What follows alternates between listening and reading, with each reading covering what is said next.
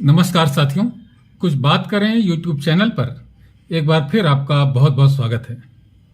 जैसा कि आप जानते हैं कि श्रीमद् भगवद गीता महाभारत ग्रंथ का ही एक हिस्सा है, उसका ही एक भाग है। और श्रीमद् भगवद गीता में इतनी प्रेरणादायी बातें लिखी हुई हैं कि हताश से हताश व्यक्ति भी अगर गीता को पढ़ ले तो वह अपना कर्म करने के लिए उद्यत हो जाता है। लेकिन इसी महाभारत ग्रंथ में एक प्रकरण और भी है जो मुझे गीता से भी बढ़कर के लगता है व्यक्ति को प्रेरित करने के संबंध में। महाभारत के उद्योग पर्व का 133वें अध्याय से लेकर के 136वें अध्याय तक कुंती माता युधिष्ठिर के लिए संदेश भेजती हैं।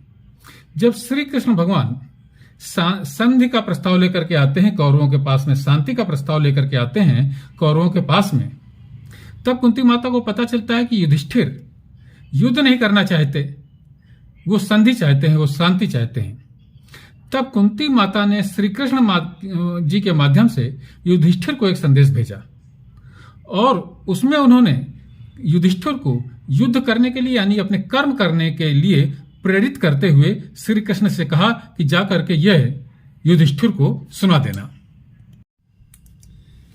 विदुला नाम की एक क्षत्राणी थी, उसका पुत्र युद्ध में हार करके घर आकर के दीन भाव से सो रहा था। तब उस विदुला ने अपने पुत्र से कहा, अरे ओ मेरे गर्भ से तू उत्पन्न हुआ है, यह सोच करके भी मुझे लज्जा आती है। तू सर्वथा क्रोध शून्य है, तू जीवन भर के लिए निराश हो गया है क्या? अरे अभी उठ और अपने कल्याण के लिए पुनः युद्ध के भार का वहन कर। ओ कायर उठकर खड़ा हो, उत्तिष्ठ हे का पुरुष। ओ कायर उठ करके खड़ा हो और शत्रु से पराजित होकर के घर में शयन ना कर। तू शत्रु रूपी सांप के दांत तोड़ता हुआ तत्काल मृत्यु को प्राप्त हो जा। प्राण जाने का संदेह हो तो भी शत्रु के भय से युद्ध में पराक्रम करने से पीछे मत हट। यानी कि आप सोचिए कि एक माँ विदुला नाम की एक स्त्री अपने पुत्र से कह रही है कि तू भले ही मृत्यु को प्राप्त हो जा, लेकिन घर में मत बैठा करके, तू युद्ध में जाकर के मृत्यु को प्राप्त हो जा, लेकिन युद्ध कर यानी अपना कर्म कर। यह कर करके वह अपने पुत्र को प्रेरित कर रही है। और वो आगे कहती है, तू तिंदुक की जलती हुई लकड़ी के समान 2 घड़ी के लिए ही प्रज्वलित हो, लेकिन भूसे में लगी हुई आग की तरीके से धुआं मत कर। ऐसा कह करके वो अपने पुत्र को प्रेरित कर रही है। ये आप भी देखिए जरा इसमें ग्रंथ में क्या लिखा हुआ है। ये देखिए, विदुला नाम की एक स्त्री अपने पुत्र से कहती है, ये ध्यान देने की बात है कि वो अपने पुत्र से कह रही है कि जिसके महान और अद्भुत पुरुषार्थ एवं चरित्र की सब लोग चर्चा नहीं करते हैं, वह मनुष्य अपने द्वारा जनसंख्या की वृद्धि मात्र करने वाला है। मेरी दृष्टि में ना तो वह स्त्री है और ना ही पुरुष ही है।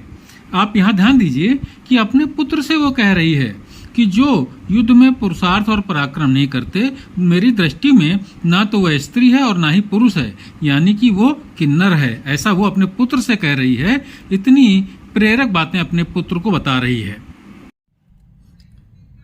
तो साथियों, ये बातें कुंती ने कृष्ण को कही कि इन सभी बातों को जाकर के युधिष्ठिर को बता देना। यह जो प्रकरण है ये महाभारत ग्रंथ में विदुलोपाख्यान नाम से चर्चित है। तो कुंती तो प्रतिशोध की आग में जल रही थी कि उनके बहू का अपमान किया कौरवों ने और उनके पुत्रों का राज्य भी छीन लिया। और युधिष्ठिर ने जब संधि का प्रस्ताव भेजा तो वो क्रोधित हो गई और उन्होंने ये विदुलोपाख्यान कृष्ण जी को सुना करके कहा कि जाकर के युधिष्ठिर को ये बातें सुना देना।